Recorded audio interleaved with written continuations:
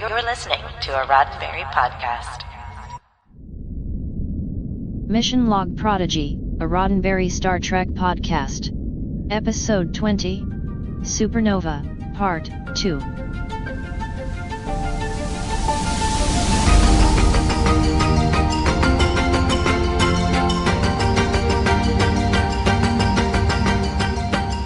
Welcome back into another episode of Mission Log Prodigy, a Roddenberry Star Trek podcast. I'm Norman Lau. And I am Charlene Schmidt. Just like our flagship Mission Log podcast, each week here on Mission Log Prodigy, we discuss each and every episode of the animated series, discover what makes each of them special, and to see if there's any morals, meanings, or messages that what we have learned. This week, the season finale of Star Trek Prodigy, Episode 20, Supernova, Part 2.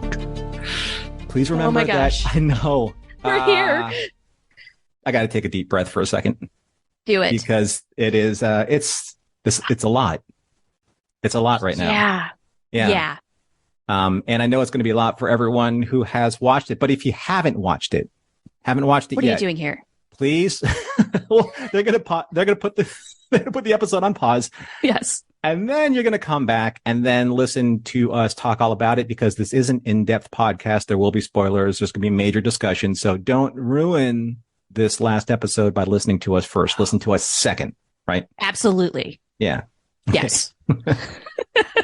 Mission Log Prodigy is produced for YouTube and as a regular podcast. So if you're watching us, please go to the YouTube page, subscribe, share, hit all the buttons on YouTube. You know what to do. And if you're listening as a podcast, please subscribe and share with your friends that way. That would be wonderful. We appreciate that support. You can also follow Mission Log Prodigy on Twitter at ML_Prodigy. And that way you keep up with the latest updates on what we're doing. You know, it's great. We hit like a nice milestone of 500 plus followers on ML_Prodigy on Twitter. So thank you very much, everyone, for subscribing and for listening and for supporting us. And Thank of course, you can do that on our YouTube page as well. And before we jump to the recap, here's why our podcast is unique. At least we feel that it's unique this way. And we didn't do this with Supernova Part 1, and we're doing this with Supernova Part 2. We're taking all of the voicemails, especially from our younger cadets, who have been so fantastic, sharing us what they've learned, with these 4 questions that we have asked over the course of this entire season. And you have sent all of those to missionlog-prodigy@roddenberry.com, and we were able to put those at the end of the episode for the last couple, let's say the last 18 episodes, since we do it for episode 19. So we're going to ask you these 4 questions for parts 1 and 2. So you can send those 1 to 2 minute voice messages to missionlog-prodigy@roddenberry.com, answering these 4 questions. What is your first name and age? Did you like the episode? What was your favorite part? And what did you learn? Yes. And of course, we are really looking forward to hearing your comments on this one, just because we're getting double the dose for starters. But this is also the season 1 finale. And we're wrapping it up, and I would love to know overall, what are you thinking? What are you feeling? Right. We're going to feature that at the end of this show, and we're going to do what we do to start things off. We're going to answer these questions ourselves. So, did you like the episode? All right, I'm going to do a little bit of quick math here. So in thirds, right? Okay. I love 2/3 of it, and I hate 1/3 of it in total. Okay. All right, in total. I love that this episode means what it means to the story. I love that this episode earns every single moment of the 19 episodes that we've seen so far. I hate how much this episode made me cry. That was what I figured that third was, and I am in total agreement. Yeah. Oh my goodness. It brought out emotion. This episode brought out emotions in me I didn't think was capable from an animated series, let alone a Star Trek animated series. So, or any TV show for that matter. No, that's fair. Any TV show for that matter. Right. Yeah. Yeah. I love it now.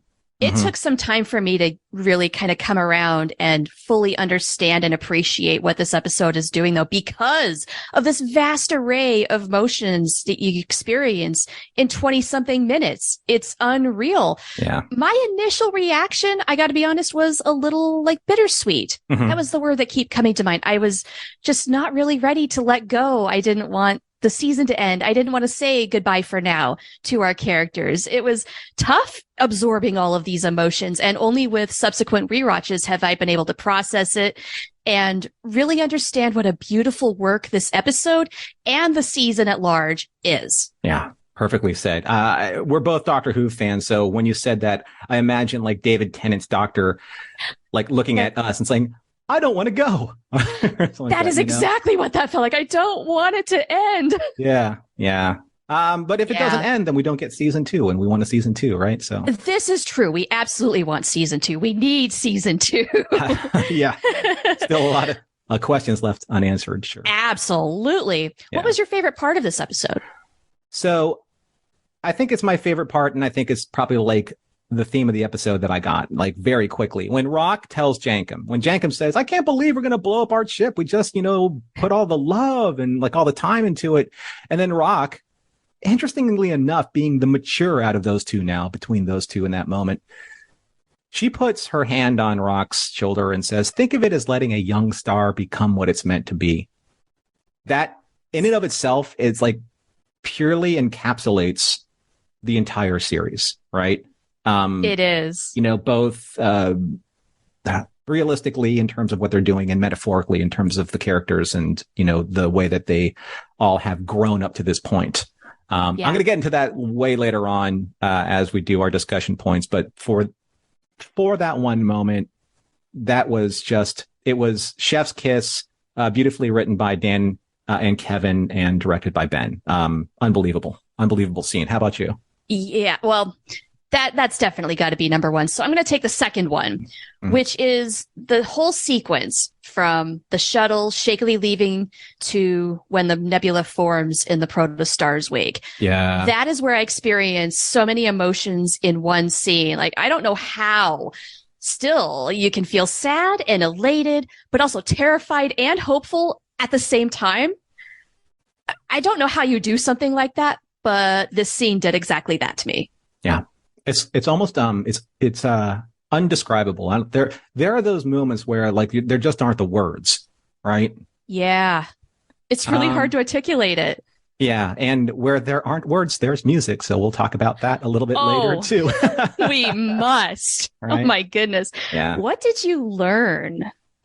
What didn't I learn in this episode? I mean, really, right? It's almost every like moral that they had so far, like leading up to this season finale.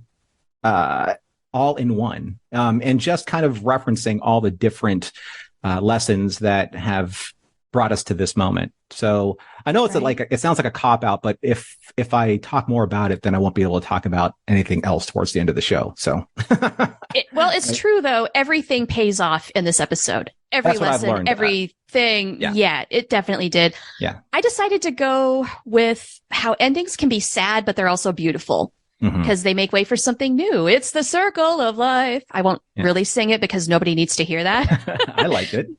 We see it happen in several ways, and we're definitely going to be talking about that shortly. But first, you've got the recap. So you are right. It's time for the recap for Star Trek Prodigy, Episode 20, Supernova, Part 2, written by Kevin and Dan Hageman and directed by Ben Iban. In the Gamma Serpentis system, located near the heart of Federation space, the destruction of Starfleet continues as Dal and his crew watch helplessly as wave after wave of incoming Federation ships unwillingly destroy each other as commanded by the signal from the Vaundakot's living construct. The longer it remains online, so does its inescapable trap that will only end when every Federation ship is destroyed and Starfleet ceases to exist. Dal believes that the only way to stop the living construct is to destroy the Protostar itself. But Jankum is quick to point out that the Protocore's destruction would also destroy everything in a 50 million mile radius to the likes of which even Murph couldn't survive. But Rock Talk and Zero science it out and believe that if they detonate the core at the same time they proto-warp, then the energy of the explosion will be spread across dozens of light years and not just in one concentrated area. Hologram Janeway adds that they can all safely eject from a fabricated shuttle pod at the moment before the proto-core explodes. There's only one problem to their plan, as Dal is quick to point out. The Protostar's autocontrols are fried, so someone has to stay behind to detonate the proto-core. Dal believes he should be the one who stays behind and makes sure their plan succeeds, not only because he is their captain, but also because he feels responsible for making sure the crew survives to reach Admiral Janeway and Starfleet. However, Hologram Janeway recommends that she can stay behind to destroy the ship, even though Rock Talk protests, telling Hologram Janeway that she is their friend and not just a mere hologram. Janeway suggests that if they make a copy of her program on an isolinear chip, then she can be in two places at once. With everyone in agreement, the crew fly the Protostar away from the chaos and prepare to execute their plan. Self-proclaimed miracle worker Jankum Pog has rigged the protocore to jump and explode on Dal's command, while Rock and Gwyn fabricate their escape shuttle with just the basics necessary to survive after ejecting from the Protostar, meaning minimal life support, crude engines, and basic navigation. But not to worry, because Hologram Janeway will take care of navigation, or will she? Unbeknownst to the crew, there was an error while Janeway was uploading her program to an isolinear chip. She handed it over to Dal once he arrived on the bridge, moments before the rest of the crew, to say goodbye to Janeway and their ship. Jankum feels wrongly about what they're going to do, but Rock comforts him by saying that their sacrifice means their Protostar can now become what it is meant to be. And with that, Janeway watches them leave the bridge for the last time, expressing what an honor it has been to serve beside them. With little time to spare, the crew scrambles into their fabricated shuttle, letting the vacuum of space eject them from the replicator bay and safely away from the Protostar. Janeway then executes the final stage of their plan and proto-jumps, causing the Protostar to explode into a brilliant flash of light and color as her former crew can only watch in awe from inside their lifeboat. Suddenly, aboard the Dauntless, Admiral Janeway and Commander Tyces are shocked to see that the fighting has ceased and control of their starships have returned. Janeway immediately orders Tyces to find the Protostar, but he responds with grave news. Even so, Janeway is determined to find Dal and his crew, the crew that saved Starfleet. She won't give up on them, knowing how far they have come and how far they have yet to go. A sentiment which is very similar to the pre-recorded message that Hologram Janeway gave Dal on that isolinear chip. Yes, a pre-recorded message and not her actual program, which had grown too large to copy and save. Huddled around her tiny recording, Hologram Janeway's former crew watch in disbelief and through tears as she expresses how proud she is of all of them and how she was honored to have helped them get this far to achieve their full potential. In her final words to them, Hologram Janeway challenges her former cadets to go boldly. Sometime later, on Earth, at Starfleet headquarters, Vice Admiral Janeway is at a briefing where a Vulcan science officer has informed her that the Protostar's final jump not only saved countless lives from that explosion, but also opened a wormhole where another Protostar has sent a message. It is Captain Chakotay from 52 years in the future. Hologram Janeway's final act on the Protostar not only destroyed the living construct, but also duplicated the same temporal event that flung Chakotay forward in time. In the midst of this revelation, another officer bursts into the briefing room to tell Janeway that Dal and his crew have been found. After being rescued from San Francisco Bay, Dal, Gwyn, Rock, Zero, Jankum, and Murph are thrust in front of a Starfleet tribunal to stand trial for their crimes against the Federation. Janeway stands with them as their advocate and pleads their case for them to be admitted into Starfleet Academy, especially where Dal is concerned, as one who may be an augment but whose genetic makeup represents what Starfleet has been built upon, a unification of diverse races, beliefs, and species. Who better to be admitted into Starfleet than someone like Dal? Shortly after, Janeway emerges from the council chambers. She explains to Dal and his crew that even if the Protostar's crew was worthy to be accepted into Starfleet Academy, it would be unprecedented and unfair at this time to other worthy Federation candidates who have also been waiting for their admittance. However, not all is lost, as the saying goes, that Starfleet has dropped all charges against them and that 5 of them would be released into her custody and under her personal command. But there are 6 of them. The crew believes that Dal wasn't chosen because he's an augment, but much to their surprise and sadness, it is Gwyn who tells her friends that she is the one who won't be joining them. She says she has to follow her own destiny, to fulfill her father's wish, to find Solom and unite their people in this time. And even though they aren't technically Starfleet Academy cadets, the former crew of the Protostar are Starfleet in training and are being afforded those opportunities as wards under Admiral Janeway's command. Rock and Murph meet with Science Officer Dr. Aaron McDonald and discuss a possible career in xenobiology, while Jankum is learning more than percussive engineering and as Zero has been outfitted with a new state-of-the-art robotic body. Lastly, Dal and Gwyn are back in cat boots, staring at a holographic map of stars, finally sharing that kiss that was always there between them. And as the rest of the crew watch her leave, Admiral Janeway appears and reveals not only her new Starfleet-approved Protostar-class ship, but a new mission and a challenge for her new crew if they are willing to join her, as she declares that she has a much bigger plan for all of them, as she turns to ask, "Are you coming or not?" The end. Nicely done on the recap. Thank you. Thank you. Oh, that is a lot to pack in. It's a lot to pack in. And one of the things that was difficult doing the recap was trying not to get emotional at the scenes that really had an impact on me. I'm sure they had impacts on you in either the same or different places, as they probably will with everyone after watching this episode. It's a very emotionally charged episode for sure. Very. By far and away, some of the most emotionally charged Trek, I would say, we've gotten ever. Yeah. But we're going to get to that in discussion in just a little bit. But we love talking about our funny, sometimes serious, but mostly funny observations. Some things that just kind of stick out, like, oh, I remember this from this episode. Oh, that's a reference from another series somewhere down the road or before. So, Indeed. Yeah. Let's start with you, Shar. What kind of like tickled your fancy here in this episode? Jank and Pog. Let's start with that. Okay. Because I love how he is following in Scotty's footsteps, becoming a self-declared miracle worker and saying, basically doing that whole thing where he tells you how long it might actually be to fix, but you're not really sure because he is probably exaggerating it because you have Jank and Pog. He'll do it in half the time. That Jank and Pog can do it. That's right. Even if he can't, he'll bang his way, into a solution, right? He'll find a way. Yeah. Scotty would be so proud. Yeah. That proto-warp diagram. Yeah. Wow. I mean, it's a nice bit of animation, but I don't think any of us knew at the time, how significant understanding that particular arrow-shaped conical diagram, would be later on. Yeah, especially with the wormhole later on. But it's such a concise way to explain this process of how the elongated proto-warp is going to work. Mm-hmm. It's so clever. It's so well done. As all are the shorthand science diagrams in this series. Let's go all the way back to, say, Time Amok, when we're trying to understand where all the different crew members were trapped in time. And then there were the three kind of concentric rings, and yeah, that's another good one. Yeah, but it kind of boils everything down to, this is what you need to understand. Oh, by the way, here's a shape that everyone's going to remember. Oh, by the way, here's the arrow that points to where Chakotay is at the end. I'm like, wow. Right. It's just so accessible. Anybody can understand that.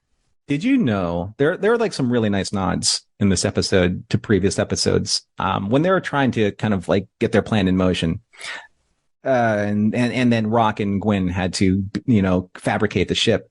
It reminded me all the way back to Star Trek when they were fighting each other in the replicator bay as a shuttlecraft was kind of being replicated around them. Right?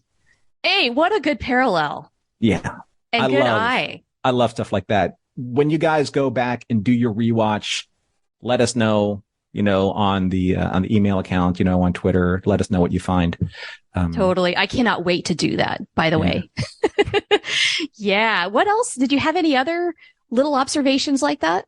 Well, there was a really nice scene where Dal, I think it was right after, Hologram Janeway finishes her recording. He's looking up at the stars into the nebula, and it's almost like an exact angle of when he was shooting up in that kind of that transport that he stole from Jankum, and he's about to escape Tars Lamora, and he's looking he's so close to the stars, looking through a window, and he just says please, and it's that exact same look, but the context is completely different now.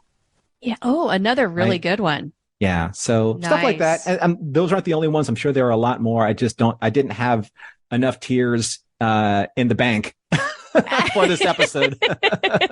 Did you get all teared out? Man. Yeah. A lot of water coming out of these eyes too. Yeah. What else for you, Shar?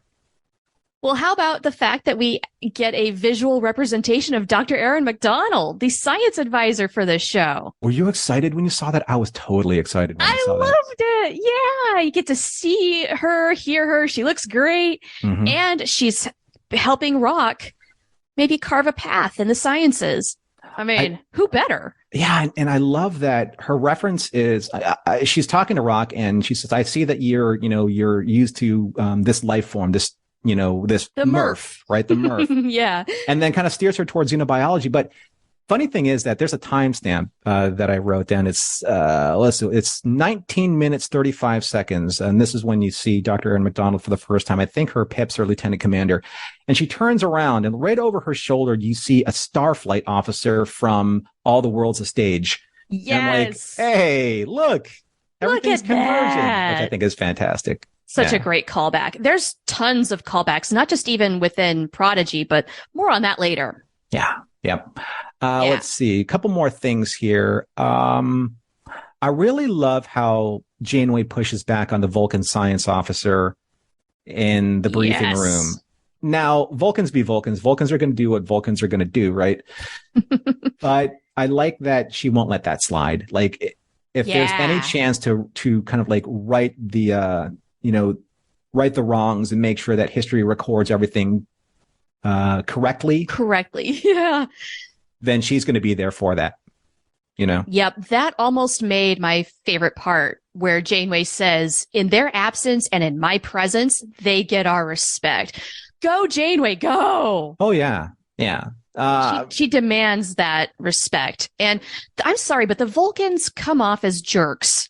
Both of them. The scientist, as he's talking with Janeway, who does correct after being told off, but nevertheless. And then also in the tribunal, Right. Judgy Vulcan's going to be a little judgy. The way he says augment to describe Dal with disdain. Just, I think that there's a tradition in Star Trek where the higher in rank that you become, there is this kind of manipulation of the expectations of these particular higher ups. Like almost in every single version of Star Trek that I can remember, say like 2009, when Zachary Quinto Spock is in front of the Vulcan Science Academy, or when we get to Badmirals, or we get to this moment, all of these very higher ups, they don't embody what I believe are the tenets of Starfleet, or the tenets of the Federation.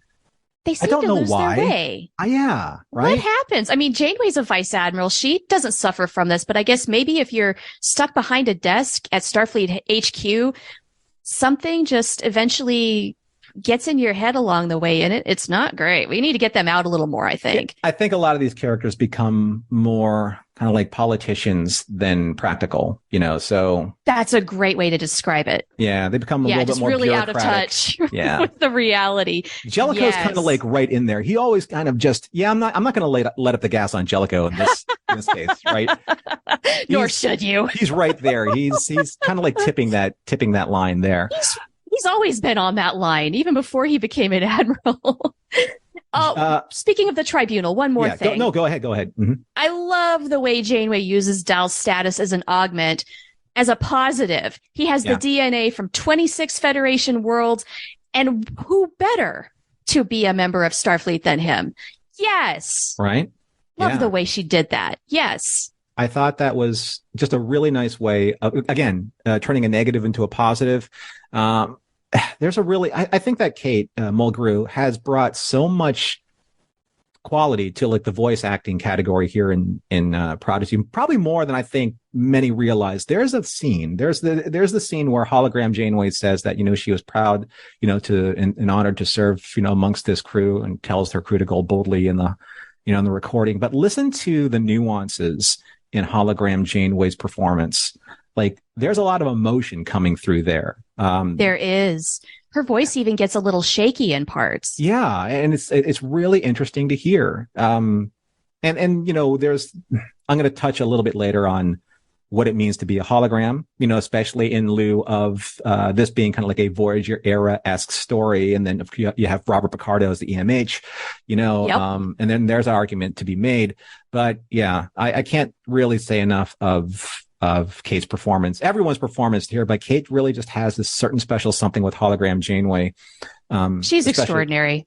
Truly is. One last thing for me. I can't not, I would be remiss if I don't make mention of Nami's music in this particular episode when the shuttle was sucked out of the replicator bay and then Janeway says go fast and the protostar explodes. That entire sequence of music is one of the most beautiful pieces of music I think I've ever heard in Star Trek. In 57 years. Beautifully encapsulates all of the swelling emotion that's going on in that scene. Just when you think she can't possibly outdo herself, nope, Nami delivers. Yeah. Extraordinary amazing work, lady. So thank you for that. Thank you for that, Nami. I mean, that was absolutely gorgeous. Any last thoughts here, Shar, before we move on? Well, I couldn't help but notice we don't know the name of the ship that Janeway and the crew are going to be on because, hey, what fun would it be if we knew? We've got to wait till season 2. That's a perfect way to segue into our discussion points, because you're right. We're going to get a season 2, but we're going to give this one last episode its due diligence, and we're going to put it through some paces because it put us through some paces. It's only fair. I'd love to start with your first note, Shar, because I think it's a beautiful way to look at this episode as opposed to kind of the emotional, heartbreaking way, but there is that too. But I like the optimism you have here. Well, right. There's a lot of sadness, but there's also a lot of happiness that ties into the "What did I learn?" segment we talked about earlier. This episode is not happily ever after. They don't get everything they want. They're not technically in Starfleet Academy. The Protostar is destroyed, but it's also not a huge tragedy either. Yeah. And it has elements of both. That's, I think, maybe why it did feel a little bittersweet to me after the first watch. And that's also the same reason why I appreciate it so much, because it's realistic. It's the ups and downs of life. It is the way life really is. So, like, you have kind of like the cloud and the silver lining. We said goodbye to hologram Janeway and the Protostar, but in doing so, it saved lives. It minimized damage to the other ships. It left, It left a new opportunity to find Chakotay, and it left a new nebula in its wake, and who knows what that might lead to. Janeway's sacrifice, giving every non-holographic member of the crew the chance to fulfill their potential. She got them started. Now they can keep going. And then also with Gwyn. She can't be with them. She has to go do her thing with her people, but that's where her destiny truly lies. And this could have a really profound effect on the outcome of things. And is it sad that the kids weren't allowed to join Starfleet Academy? Yeah, kind of. But I guess the reasoning is fair enough, right? So instead, they get this chance to train under one of the finest admirals in all of Starfleet, in my opinion. And what's better preparation for the Academy than that? I love how you kind of like, you see this in a sequence of perfectly aligned points, because without hologram Janeway stepping aside in some way, we don't really get that the impact of Rock's statement and then kind of like what Janeway said to them in the recording. And that's a central theme in Prodigy, where, these adults, they help these kids develop up to a point, and then they need to step aside. Now, in Janeway's case, she had to step aside for a very specific reason. Yes. But I also think she knows that if she did her job correctly, like a parent, or like a guardian, they have to believe that this is as far as I can take you. And then someone else is going to have to take you the next stage of the way. Right. And if she did what she needed to do, she knows that they're going to get themselves from point A to point B in that little in between to get to the next person who's going to help them along. And she knows that, well, the next person that's going to help them through this, if I know my Janeways, is going to be Admiral Janeway. Right? And lo and behold, look at what happened. Right. So there was that initial letting go, that trust fall, which we talked about before in previous episodes and previous podcasts, where you have to trust them to take and make the right decisions in order to get to the next stage. Like Rock was saying, we don't want to destroy our ship, but our ship's becoming something bigger. It's becoming something more, right? As all of them are without Janeway. Right. And as you do your rewatches, you're going to see a lot of this through line evolve, from larger moments like this, from smaller moments like previous episodes will show you. I love that, that you brought up Gwyn, and again, without Gwyn making her own sacrifice, she won't be able to grow. Right. Right. Maybe this is, this is her divergent path, but it took everything to get her this far.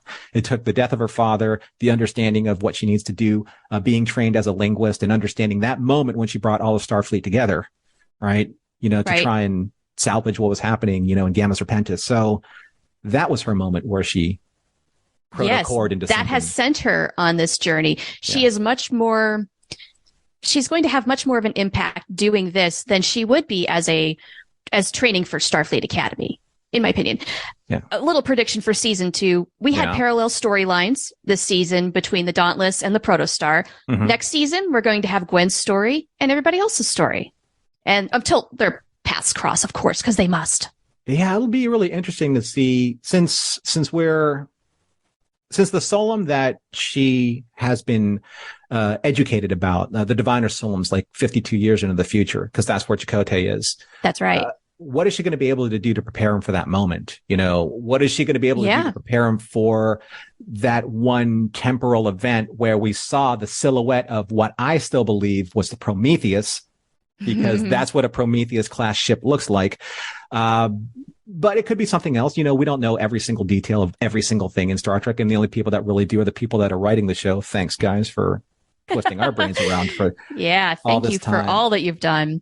But it'll be interesting to see like how we're going to reconcile that storyline and then the storyline of them on this new Protostar class ship under Janeway, and Gwyn not being there as, say, Dow's first officer or Dow's confidant. And by the way, I forgot to bring this up in observations, but how about that little pinky hug at the end? I honestly thought that was cuter than the kiss, even though the kiss was beautiful. The kiss was great, but the pinky thing is like, it's the stolen moment that no one sees, right? Yeah, it's those little things. All right. It's kind of like, you bring your girlfriend, your boyfriend, or whoever your significant other is, to meet your folks or to meet your friends, and then you're all out to dinner, you're in the middle of like endless bag of breadsticks. I'm very specific because this is what happened to me, and then all of a sudden, you reach underneath the table and then there's that little pinky touch. And it's everything. And then the universe explodes. Right. It's that little secret handshake that says everything you need to know. Yeah. So, sorry, that was wonderful. I had to tangent that, or else it wouldn't. That was a really good one, though. I'm glad you brought it up. I do like that you referenced why the kids, they had to adhere to the I guess the decision of the Starfleet Council, because in a way, there's a bunch of very well-deserving kids who have to have their proto-core explosion moment to get into Starfleet Academy, or else they wouldn't grow and thrive and evolve. And, what kind of precedent or what kind of role is it saying for, like, all of a sudden, like, oh, yeah, well, these kids did great. And, they kind of trained themselves to be cadets. But these other kids, they went by the book. They sacrificed everything, too. Right. They've done their own preparation, and it's not necessarily fair to let them cut the line and have to, they're going to have to wait their turn. Yeah. Even though the Protostar crew did save the universe, but hey, I mean, yeah. But excuse me. I get it. I get it. It's also just a way to keep them in a lane of progression to where we can't fast track them so fast in this show because they need to grow more and more and more. Here's a question then I want to ask you, and this is probably something that you might want to throw in for our young cadets as a voicemail, but would you be more excited about getting into Starfleet Academy that way? Or would you be like, wow, all of those 5 get to learn hands-on on a brand new ship with Vice Admiral Janeway on a secret team. And I'd rather have that, right? Seriously, I honestly think this is the better of those options. I mean, think about it. You get to train under Vice Admiral Janeway. I mean, who is essentially what hologram Janeway was based off of to some point. Exactly. This is the next step. I'm also hoping that that Vice Admiral Janeway gets turned into Full Admiral Janeway, so I don't have to keep typing out Vice Admiral. Maybe so. Yeah, we'll see what they're up to. What is their mission going to be? Where are they going to go? No idea. it's going to be a wild ride. I think we can say that much just because of what this season did. Let's take a look at your next point here. Sure. I call it What's Old is New, because I saw so many parallels, especially from Trek movies, that this episode makes with two other movies. And it's because they're taking some of the very best emotional moments we've had previously, and they're putting them here in their own fashion. And I had to make this like a big talking point, because not necessarily because it's calling back to other Trek, but because we had our first time moments of these things happening. You know, for us as old timers, for our new audience, this is going to be their first time moments. And the hope is that decades in the future, other Trek shows are going to reference these moments as callback moments. And how cool is that? Yeah. It's nice that we have them as kind of like we've the veteran fans, but it's also pretty amazing that our newer cadets who are experiencing Star Trek for the first time, they have them as their first moments. But then when they finally get to these moments in other series, they're gonna be like, I remember this. Is this where this came from? Exactly. Yeah. Yeah. So what sort of like of those moments did you notice from previous Star Trek? Well, I couldn't help but the making that emotional parallel between the explosion of the Protostar and the birth of Kirk in 2009, because they both have these very similar beats where there's a lot of something very dramatic happening, an explosion, but then the swelling of music, and then kind of like these shuttle pods kind of like limping away in 2009 versus kind of like the shuttle pod that had the kids limping away after the Protostar explodes. I almost made that parallel. I related that scene in Star Trek 2009 in terms of emotional intensity. That was the one thing I could think of that really measures up at that level, because of the way the music is swelling and everything is just so dramatic, and there is a death and there's also new life, that sort of a thing. The explosion, though, with the nebula in the wake reminded me of Star Trek 2. Oh, totally. And the Genesis device goes off and creates the Mutara Nebula. Yeah, no, I mean, it's very similar, color palette wise, also very similar. Yes. Lots of wonderful purples and blues and magentas, you know, much like the Mutara Nebula. But also the show. yeah. The color palette in this series in Prodigy is just phenomenal. Really so is. Vibrant. Yeah. And how about the Protostar reveal, or the new Protostar class ship reveal? Star Trek 4, anybody? Oh, well, that and the tribunal scene, you know, they're going through all the lists. They're going through the lists of all the different things that, you know, all the different Federation laws that the kids have broken. But they're all kind of like looking at each other, kind of like wink, wink, nudge, nudge, tongue in cheek. Like, yeah, we did that. You know, especially like when they said like, and like mentally hijacking an admiral. And then Dal's like, yeah, I did that. You know? Yeah. Side note, I love the way Janeway encapsulates that whole experience with 3 words. I would know. Exactly. Yeah. I mean, there's nothing that they said that she can't, you know, that she can't acknowledge as being true. Right. Yeah. Because she was there, you know, and she saw it all, and she got all the data logs and all that kind of stuff. So, she understands it in a way that nobody else really can. She knows their case better than any advocate or judge would ever know. Absolutely. And then Dal inhabited her and she inhabited Dal. I mean, you can't get that much more personal than that. No, not really. But yeah, you had these similar beats of kind of like the trial, and then kind of like the fallout, and then all of a sudden, you know, like in 4, you know, Scotty said they're going to stick us on a garbage scow, or someone says like, you know, Sulu says that I want the Excelsior. Why would you want that bucket of bolts? You know? Right. Yeah. And then Rick's like, a ship's a ship, right? But they get and then there we go. Do you think it's going to be the Protostar A? I have no idea. I don't know if it's the Protostar A, or if it's maybe Voyager A, if it's a rebuilt Dauntless. I have no idea. Oh. Do you have any predictions? A Dauntless like the USS Dauntless A as a Protostar ship brings both of their worlds together. Ooh. That's pretty good. All right, stick that one in the soup. See what Okay. happens. Yeah. It's there. I've got one more callback that I appreciated because of, the charm of this scene is enough.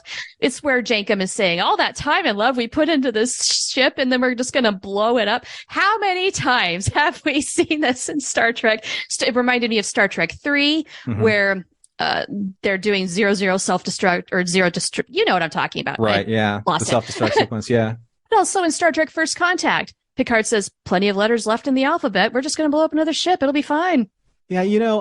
I see in 3, I felt that the destruction of that Enterprise was a destruction of the Enterprise that we knew since 1966.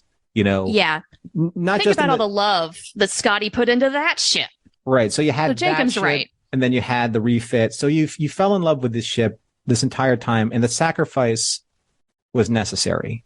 And in this episode, I felt that more than any other time that the Enterprise was destroyed, this particular decision to destroy the Protostar is because they had no other choice. Right. There was no other choice. And I'll be honest, I'm going to go on the record because this is what podcasts do. I really wasn't down when Picard says plenty of other letters in the alphabet, because to him it was just a ship. But it's more than just a ship. Right? Well, it should be. But the thing is they had such little time with the Enterprise E at that point. They didn't even really get to know her. Yeah, that's true. She's not quite that status level where the ship is a character necessarily. We just got introduced to her in that movie. True enough. Yeah. No, that's right. I think that, for everyone, for the next generation, I think that if they had to make that sacrifice with the D, then it would have been. Yeah. There's another one that had to go, right? Yeah. So, yeah. But the D one, that one hurt, Of course it did. Yeah. We did get to know that ship a lot. That was a ship for what? 7 seasons in a movie ish. Yeah. Yeah. Yeah. So it's never really easy to see those scenes, especially because this was the home that built a family and yeah, for lack of a better term, a home, for these kids. It was. And they put so much, again, love and memories and, and blood, sweat and tears, especially where Jankum's concerned. And it was their protector, and hologram Janeway was an extension of that. Right. Yes. And I don't think that it was just saying, I think that Jankum was saying, well, we're saying goodbye to the ship and in a way to her, to Janeway. Oh, the way the doors close. Heartbreaking. That visual on hologram Janeway where something is up and that's going to be the last time the kids see her. Mm-hmm. Oh, that's when I knew we needed those hold on to your butt handles, because this steady stream of emotion just turned into raging rapids. Yeah. And there are scenes where really nice nuances where she kind of like clutched at her badge and her heart. Yeah. She's a hologram. How do you do that when you're a hologram? Like that. Right? Exactly. Just like that. And there's a really interesting, scenario that I posed to you, Shar, earlier on. Shar and I talk about this constantly, whether it's, we do phone calls or DMs or whatever. And hours. So Janeway said, I did what I had to so that you could fill your potential. She says this in the recording to the kids, but we also know that her recording, her hologram couldn't be saved on one isolinear chip. So was there a moment when she was recording where I had to make a decision of either using my remaining time to finish the program to find Chakotay when the Protostar explodes, pointing the way to the future, and recording just enough of my goodbye for the kids? Or am I going to spend it just recording the rest of myself on another isolinear chip, or however long that takes? Or maybe she didn't have enough time. It's not like she didn't have enough isolinear chips. It's like when you run out of something like recording space, you get another disc. Right. If it's that important. Obviously, that's a quick option. But knowing that she can't waste a second, I'm totally with you. She weighed those options. How could she better use her time? It was definitely to do what she did. And to maybe to say, you know what? I've taken the kids this far. Admiral Janeway can take them the rest of the way. Yeah. Right. But I still need to point her in the direction of Chakotay too. Right. Because she has that knowledge. And so she's leaving behind every breadcrumb she possibly can, and went out on such emotional terms. Yeah, you look misty-eyed. Yeah, I know. And I hate to stop us here, but we do have to wrap up the show because I know that we're going to have a lot of, a lot of our own young cadets like sending in their thoughts. So in our wrap up, I just want to give us a little bit of time to kind of like give our final thoughts and kind of like say our goodbyes to the season. So let's start with you, Shar. Okay. I'm glad we're able to do this because what a journey this has been. When this show was announced, I didn't know really what to think. I figured I'm not the target audience since I'm not a kid. But hey, good for them for making a show for kids. That's great. I had no idea that I would fall in love with this show and fall in love with it and talk about it for hours on end with one of my very best friends in the world. That's you. Mm-hmm. And I'm so glad we've had this opportunity to just totally geek out about this show. Like, I think when we really started to realize that this show was something special, we just dug in and fell full in love with it. That was not something I foresaw, a year ago when this show first came on. I just thought, Hologram Janeway, I'll watch it for that. That'll be cool. Mm-hmm. But it's so much more than that. This is an opportunity for friends and families, found or biological, to experience the hopeful future that is Starfleet. And you aren't limited by age or experience with Star Trek. Anybody can watch it. This is an entry point. And I'm sorry, this is not just a good Star Trek show. This is one of the best shows on TV right now, period. Everybody should be gathering around and watching it. So what a work of art. I can't thank everybody involved in Prodigy enough for what they have done here, putting your hearts and souls into this show. I think our testament to that is the hours and hours we've spent talking to each other and texting each other, just as to how thoughtful and how with such tender love and care the show has been put together, because it's taken us that many hours to dissect. True. And that's very special. And as a longtime fan, I just want to say thank you, because you've given Star Trek a completely different life with this show in one season. Mm-hmm. One season. This is just the beginning. That's amazing.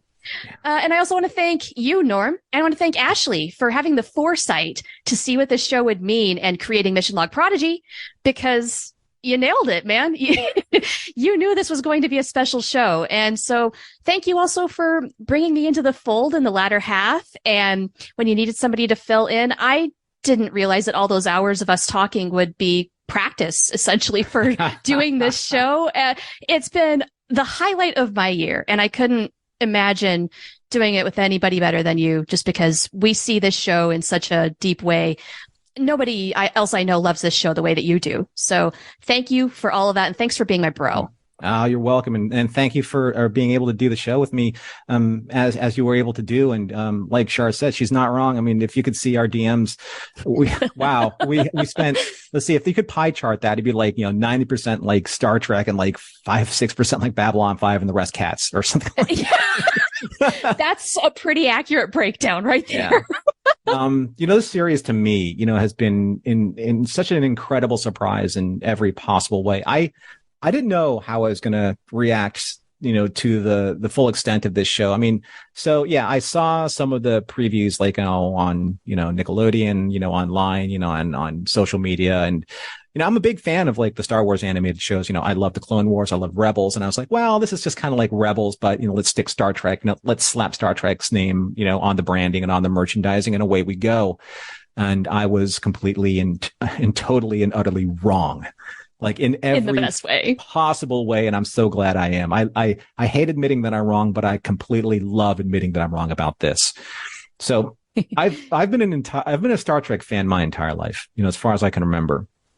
I've been a Star Trek fan because of its overall meaning, for humanity to reach the stars, to achieve a potential greater than we can ever imagine. And for us as a species to unite in this common cause, of, taking care of one another instead of, instead of, doing what we're doing right now. And we reject then involve, past the hate and the barriers that divide us as a people. But when I watch Prodigy, right, I see all of what reminded me of Star Trek again. in the way that I love Star Trek and what makes Star Trek special to me. It's in a story and in a style that I haven't seen in a long time. Or at least in a way that hasn't resonated with me so personally, right? I'm honored to be part of this journey. I mean, who wouldn't be? When you can do week after week reviews with, people that inspire you and connect with you in that way where you understand the material on a completely different level, right? Of itself and with each other. And I know this is a podcast, people love listening to podcasts, but they also love catching you in that aha moment. Well, here's an aha moment for everyone. I'm going to say on this podcast right now, in this moment, recorded for all posterity, that Star Trek Prodigy for me has become my favorite Star Trek series of all time.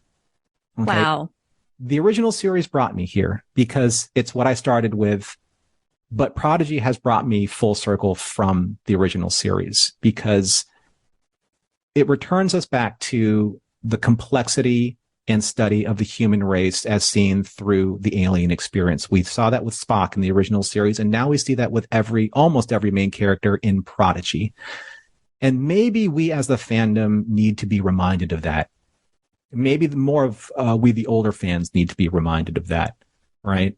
But that's why I'm excited about this show, is because it's really geared towards allowing our younger cadets to experience that part of Star Trek for the first time, as this is their gateway into the larger 57-year fandom of Star Trek. So it's a great starting point for them. It's an incredible way to start their journey because Prodigy really does focus on what we call in Mission Log, the morals, meanings, and messages of Gene Roddenberry's original tone for Star Trek. As we heard when Hologram Janeway said to her crew before she signed off, she said, "Go boldly." Right. What more is there to say? Beautifully said. We've reached the end of our show. Thank you, everybody, for being cat boots with us here on Mission Log Prodigy. If you enjoyed the show, please make sure you like and share and subscribe. Listen to the playlist of all the other shows that we've done previously, and subscribe on the podcatcher of your choice if you've not done that already. Mission Log Prodigy is produced by Roddenberry Entertainment, production and technical direction by Earl Green. Our website and your opportunity to comment and connect with us is at missionlogpodcast.com. And if you'd like to support Mission Log directly, and we'd really appreciate that, you can do so at patreon.com/missionlog. So on behalf of the entire Mission Log Prodigy podcast team, myself, Shar, Ashley, Earl, John, and Rod Roddenberry, who wholeheartedly embraced developing a Prodigy podcast idea from the beginning. Thank you, everyone, for supporting our podcast during this entire first season of Star Trek Prodigy, and especially through all of the long breaks.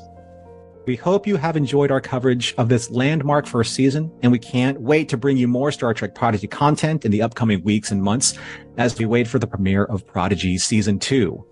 There are still so many topics and interviews to record, so don't worry, this isn't the end. This is only the beginning.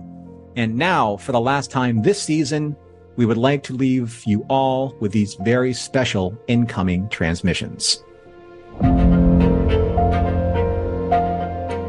Receiving listener communications.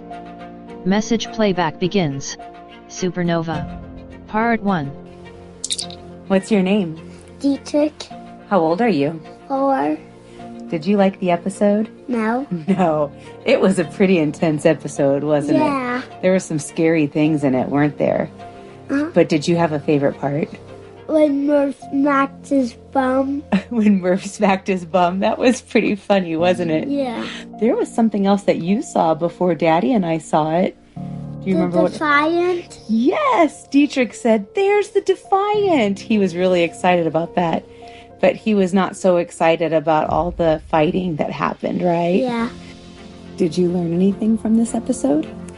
I thought it was a kid's show. But it turns out that it's not? Uh-huh. Why do you think it's not a kid's show? Because of all the fighting in it. All the fighting in it, yeah.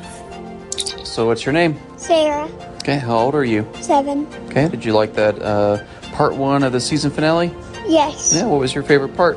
When Murph was making different faces and slapped her booty. And so who's your favorite character so far in the show? Murph. Murph, okay. Not Gwyn? Both of them. Both of them, but Murph's the funniest, you think? Yeah. Okay. How do you think they're going to get out of this pickle that they're in? They're just gonna keep ordering more ships and ships. Yeah, so I don't know how that's going to stop. Do you? Yeah. Okay. I wonder if maybe they'll have to use the other ships, like the Klingons, to mask the Starfleet signal for each of the ships, so that all they have left is to shoot at the Protostar and destroy the Protostar. Obviously, hopefully we'll get all the kids off first. Or maybe they just combined all the ships and make a big ship. Like a Voltron ship. Supernova, Part 2. All right, what's your name and age? My name is Rook and my age is 7. All right, Rook, did you like the finale episodes? Yes. What was your favorite part of the first episode? My favorite part was when they blew up the ship. You liked all the ships firing at each other? Yes. And what was your favorite part of the second episode? My favorite part of the second episode was when Zero got his new suit. I know, that was cool when they got their new suit, wasn't it? Yeah. We both cheered. What did you learn from the finale episodes? That you can fail sometimes. Mm-hmm. And what do you got to keep doing? You gotta keep on trying. Yeah, they had to come up with solution after solution, and they kept trying to figure out how to solve that thing, right? Yes. And then they saved everyone. Yeah. All right, good job. What's your name? Dietrich. How old are you? 4. Did you like the episode? Yeah. Did it make up for the last episode? Uh-huh. Was there scary parts in this episode? No. No, that's good. What was your favorite part of this episode? When I saw their new ship. Oh, when you saw the new ship at the end, that was pretty cool. Did you learn anything from the episode? That sometimes you have to do things that break your heart. But that you can still get through? Mm-hmm. And that things can still turn out okay? Yeah. That's a really beautiful lesson to learn. I'm so glad that you watched this show with me, Dietrich. Mm-hmm. Okay, so we're back from watching the finale. So what'd you think of that one? It's good. Yeah, it was good. Was there anything that you thought was a little surprising or maybe a little different than we expected? Like they didn't make the escape pod. Yeah, like why didn't they do that before Everyone came. Yeah, they could have done that and then help use that to share the message And why that the didn't ship they was back. even have extras? But it was still fun though, right? Mm-hmm. Yep. And what do you think about Gwyn having to leave? It makes sense, but it is sad. You're right, yeah. So hopefully it's not gone too long, huh? Because she's pretty awesome, right? Mm-hmm. So we'll have a little bit of a wait for the next season, right? Mm-hmm. But what did we get for Christmas that we can do in the meantime? What Switch game? Prodigy game. That's right. So we can play the Prodigy game until then, right? Mm-hmm. All right. Well, can you say bye? Bye. Live long and prosper.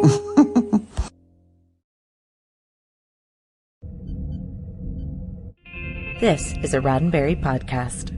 For more great podcasts, visit podcast.roddenberry.com.